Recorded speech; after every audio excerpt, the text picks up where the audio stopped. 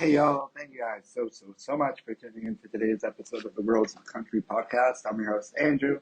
On today's episode, I'm joined by Leah Marie Mason to talk all about her musical journey, her evolution as an artist, and her brand new EP, Honeydew and Hennessy. Hope you guys enjoy this one. I know I really did. Talk to you guys on the other side.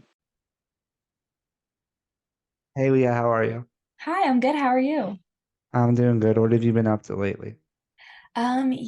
Just a lot of stuff after, a project comes out. It's keeping me busy, but it's all good, exciting stuff. So Now this is the fun part. Once all the work's done, you kind of get I to know play it's all the stuff. crazy. It's crazy because I feel, you like do all the work for a year and you're like, like I'm done. And then it's like, oh no, it's actually like so much work after you put out a project. But it's good. It's all good. So you just released your debut EP. Could you tell us the story of how this project came together and what about these songs sort of spoke to you? Yeah, I feel like the past year I've really been on like this self-discovery journey as a songwriter and as an artist. And I feel like this like group of songs really speaks to, my evolvement as like an artist and a writer. And it's been a journey for sure. I feel like I've really changed and found myself, and I think that this really speaks to my new era of Leah Marie Mason, and I am just really excited for people to hear it and really hear who I am. So yeah, that's really exciting for me. So you mentioned your artistic evolution over the past couple of years. What would you say has led to that, and what would you say you've learned about yourself over that period of time? Honestly, I feel like a lot of it has to do with the people I've met here in Nashville. I feel like I've really been given the opportunity, and I'm so thankful for this, is that like I have a lot of like creative freedom, and people supporting me and my like development and change as an artist. And I met my producer this past year, Jason Reeves, who is incredible and has really contributed, to my growth as an artist. He's really like inspired me to, be myself and write things that I really believe in. And he's just championed me since the day I met him. So really grateful for that. But I think mostly I've just become comfortable with who I am as a person, which, a lot of the time you're like running from that or chasing things that you see working for other people. And, you try and do that for yourself. But at the end of the day, I think the best thing about you is that you're not anyone else, is that like you are yourself and no one can be you. So you shouldn't try to be somebody else or do what somebody else is doing. You just have to be yourself. And I like I don't know. That's just the most special thing about you is that you're yourself. And I know that sounds so cheesy, but it's so true. Yeah, I feel like you can't truly be an artist until you sort of discover that confidence and stop chasing everything outside of yourself. Exactly. Because I it's fully agree. so easy to chase everything.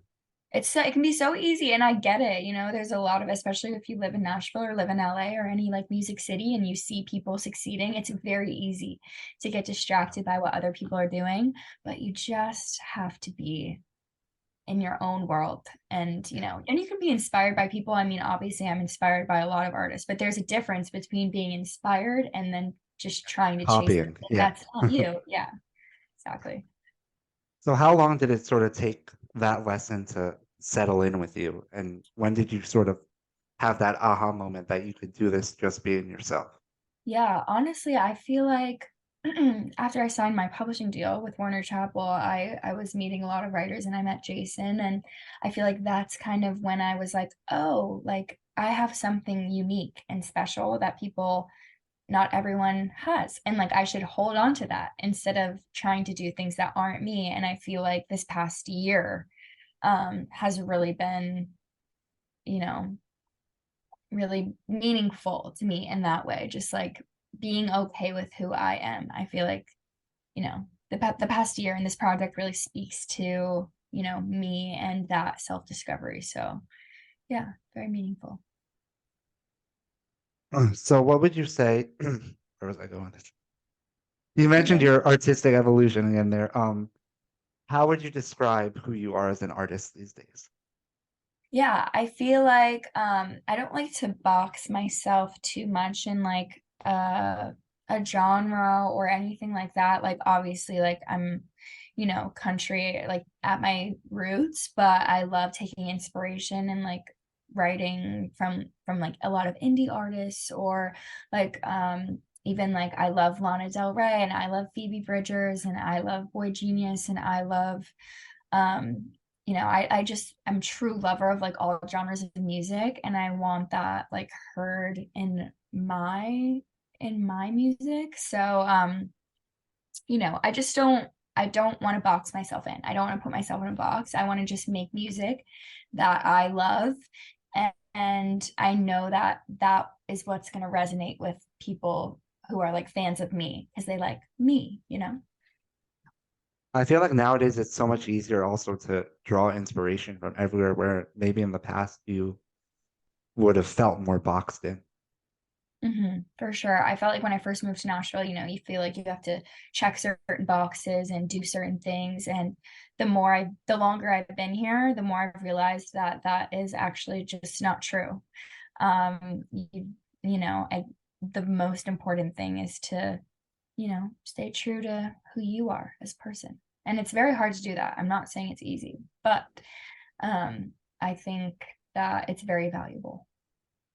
And at the end of the day, that sort of authenticity is what comes through when people hear your music. They could tell if something's inauthentic right away. Oh, absolutely. I think Yeah. audiences are way smarter than people give them credit for. I think people can see right through something that's inauthentic. So, I want to go track by track with you through the project if that's cool with you and sort of get the story behind each song. yeah, absolutely. So let's start with the title track, Honeydew and Hennessy. So how did that one come together and where did the title come from also? I wanted to ask you. Yeah. So I wrote this song in I think like June of last year. And this was kind of right when I was starting to like, be in my self-discovery era, this new genre of music that I was, putting myself into and writing this song is very like dreamy and ethereal and just like so visual and I said Hennessy because like it was very nostalgic for me. It used to be like the one liquor that I would like steal from my dad and he wouldn't notice that it was missing. So and I love alliteration. I love alliteration. And so we were sitting there and I was like, oh, something in Hennessy, like what is summer nostalgia? What is that? And then my producer, Jason Reeves, he's also a phenomenal writer. He was like, honeydew and Hennessy. And I was like, Jason, you're a genius. I love that so much. And that line just stuck in my head for so long. And I was like, this line, I just am obsessed. It's so cool. It's interesting. It's different. It's eye-catching. If I saw that title, I would click on it and listen to it. So I had other like title ideas for the EP, but I just kept going back to that one and I was like, I just think this is so cool and interesting and I feel like fits the vibe of the project so well. So yeah, it ended up being the title of the whole project and I think it's perfect. I think it's perfect for the project. So a title like that, there's like so much curiosity when Right? you You're see a like, name like that. what's that going to be about? So, Yeah. So then after that we have Holy Water. Could you tell us the story behind that one? yes. A I very remember different going vibe. very different, so different. Um, but that's kind of what I love about the project is that they're all like different, but I feel like also sonically cohesive, which like I was very important to me. But anyway, I remember going into the studio and I was so angry this day. I just remember I was like filled with rage. And I was like, I hope you guys don't mind, but I really need to write a song about this because it's weighing very heavily on me. I had like a specific encounter with someone that, kind of put themselves on a pedestal and thought that they were, you know, perfect and amazing, but they were literally a pathological liar, like just terrible person. And I was like, just because you have certain religious beliefs does not make you a good person. And it was just making me crazy. It was driving me crazy. So yeah, writing this one was very therapeutic for me. I got a lot of things off my chest in that song. Was that one you always knew you wanted to put out, or did that almost feel too personal at a certain point? It felt too personal. It felt a little bit too much of a dig because I was in such a like angry headspace when I wrote it. But I think that's what makes it authentic. And I posted on social media and it just blew up. And I was like, okay, so I should put this out. Like other people relate to it. And I loved it. Not So just me. yeah, I'm like, oh, it's not just me, like other people have had similar experiences or, relate to it in their own way. And it's not meant to be a hateful song, towards like any religion or anything. It's just like about a specific person A being a specific hypocrite, experience. Yeah. so I yeah, I had to put it out. Once I saw the reaction, I was like, I have to put this out. So then we have Trust Fund Cowboy, which is also a little bit on Another the anger controversial side. one. I just can't stop. I could not. I did really go through a phase where I could not stop writing about, all of the fake men out there. But yeah, trust fund. I mean, living in Nashville for 3 years, I see them. You see them everywhere you go. You see a Truly. whole lot of them. A whole lot of them. And so I was I went into the studio that day too, knowing exactly what I wanted to write about. And I was like, oh, all these like trust fund kids acting like blah blah blah. And my co-writer was like, oh my God, trust fund cowboys. And I was like, oh, that's the title. I'm like, we're writing that song today. And we wrote that song so fast. And we were dying laughing the entire time we were writing it, just because we kept saying so many things. There's so many good lines that didn't end up making it into the song. But yeah, that one was really fun to write. And also like a joke, like it's supposed to be Yeah. funny. It's not supposed to be like so serious. But I remember I wrote a caption that was like, if you're actually offended by this, then it's truly about you. So yeah. You're the target audience. Yeah, it reached the target audience for sure. Was there a lot of push? Did you get a lot of pushback from some of the fake cowboys on that one, or Honestly, I was shocked at how many people were like, yeah, I got to admit, this is me. Good song. Like there was actually so many people just like owning it, and I was like, and like still like loved the song, and I was like, honestly, like I have to give you a round of applause for just admitting that about yourself. you have to have like a certain level of like confidence in order to You just really do, outwardly, especially to just admit that on social yeah, media. for the world to see. Yeah, literally. So then we moved to Red Ruby Boots, which is the vibe switching up again. Yes, just switch up the vibe. I love this song. Oh my God, they're literally sitting right here. These are the boots. Perfect plug right there. Yeah. But yeah, I wore them to the session and I was like telling some story about like how every time I wear them, like something crazy happens. And I didn't even go in wanting to write about that. I just kind of like it came up because I was wearing the boots and my co-writers were like, we have to write about that, Leah. Like, what are you doing? Like, why haven't you written this song already?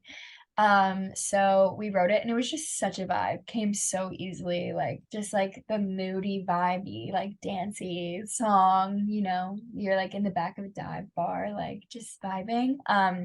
Yeah, I don't know. I That one's like one of my favorites on the record for sure.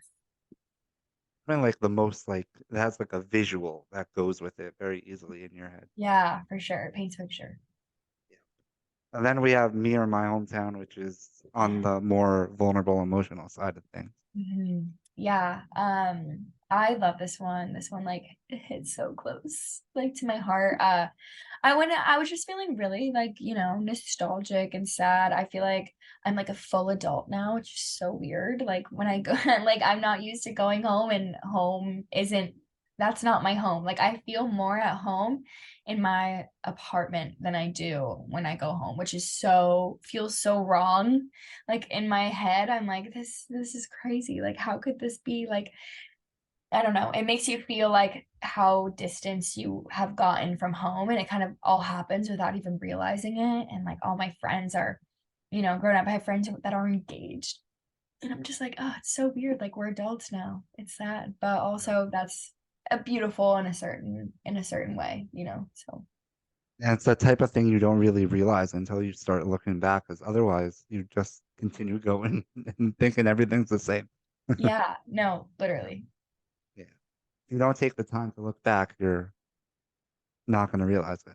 Yeah, yeah, no. And I had not because when you're going career focused and you Yeah. kind of have blinders on and then you take them off and you're like, oh my gosh, I don't The recognize bubble bursts for a second. anything. I Yeah, I'm like, what happened?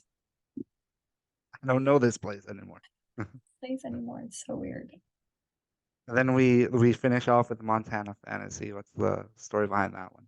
Yes. Oh my gosh, I love this song so much. But so basically living in Nashville or being in like any industry, it's really hard living like a regular, like living like a hard life. Like, you're working all the time and social media and the amount of likes that you get and streams and, all of this seemingly like superficial things that we care about but are important like for our career. I kept having this dream that I just moved to a farm in Montana and just like had goats and like, lived this totally other life that doesn't involve the internet and, I can live peacefully without the voices of, random strangers in my comment section before I go to sleep. And it was it really truly was this fantasy that I was having, like, oh, if I just like left and like didn't have to worry about any of this anymore and just,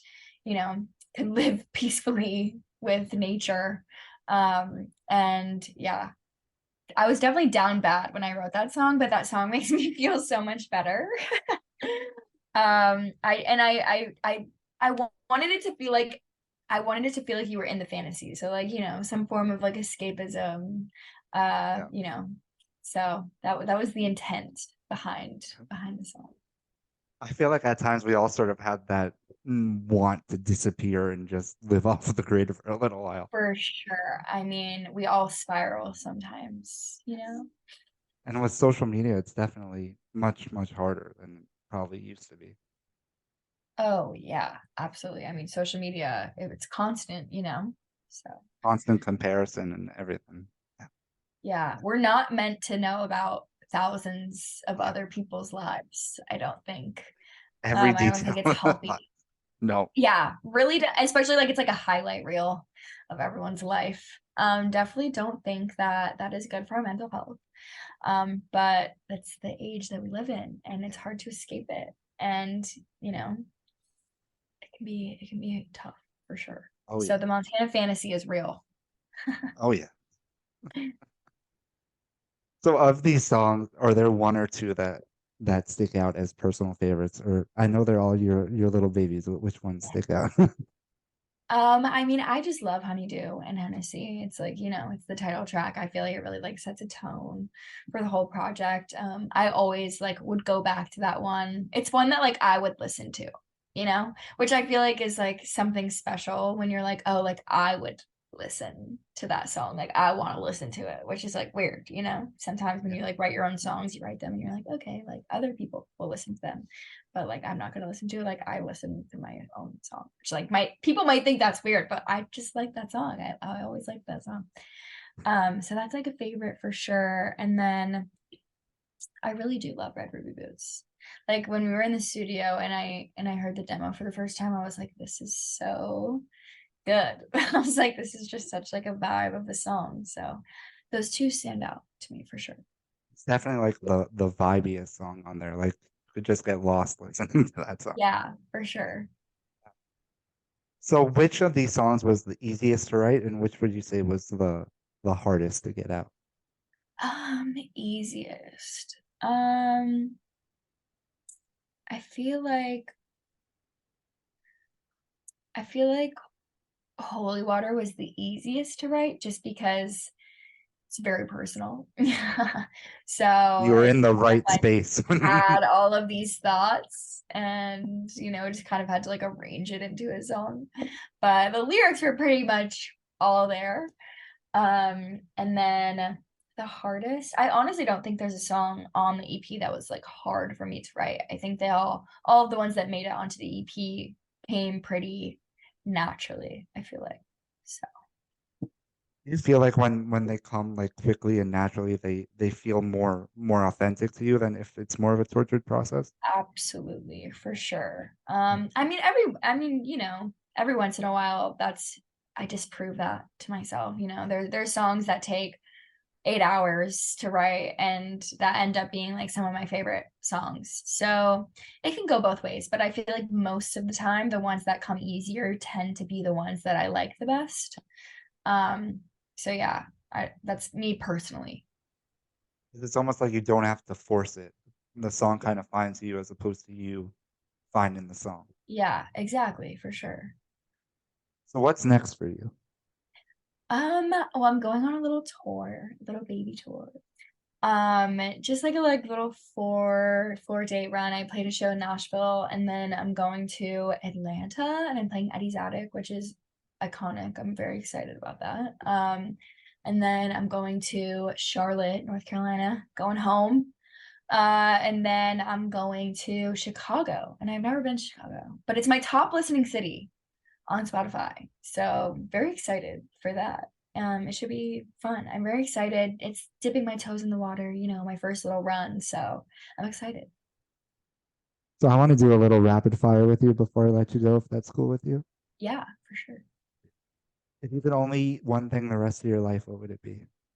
Eat one thing, I feel like pasta. 20 fingers or 20 toes? 20 fingers. I'd be so good at playing guitar. Are you kidding? It's everyone's answer for the same reason. I'd be like Guinness World Record, like piano player or something. Dream venue to play. Dream venue. Oh my God, that's so hard. I really want to play the Opry. Really want to play the Opry. So definitely a dream. Or the Ryman. I feel like they're kind of equal to me in my head. Those two and Red Rocks are the ones that I get a lot. Oh, Red Rock. Yeah, that's a great one. Dream collaborator, dead or alive. Oh my gosh, that's so hard. Like to write with, I would die to write with Jason Isbell, I think. So that's like dream for sure. Dream guy and then dream girl to work with is probably Phoebe Bridgers. Um, which is weird, but I love her. Would you rather never be able to write a song again or never be able to perform again? Evil question. Never Get a per lot of people. never perform, which is sad, but I can't I'm not write. shocked that That's that's like, what most people say, but yeah, yeah, I mean, I can't not write. you can't leave the therapy. You need the therapy part of this whole Yeah, thing. I can't. If I leave that, bad things will happen. And they need more than one Montana fantasy. Yeah, literally. If you could erase one word from the English language, what would it be? Oh my God. Uh, uh, I don't know. Erase one word. What's a word I hate? Be like, I don't know, chunky. I don't like that word. It's a bad word. Like chunk. Like ew, I hate that word.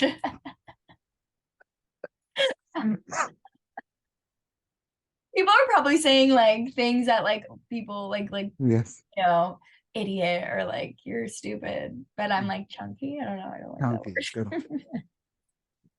I don't think we're ever gonna get chunky again, but that was Like, when people are like chunky soup. Like, ew, gross. Don't use that word. thank you so much again for taking the time for this. Yeah, thank you for having me. Of course. Anytime. Have a good one. You too. Well, thank you guys so much again for tuning in. If you liked what you heard from Leah, be sure to go check out her music wherever you listen to music and go check her out on social media. And if you liked what you heard from the podcast, be sure to hit that subscribe button wherever you're listening. And go check us out on all social media platforms at Worlds Country. Talk to you guys next time.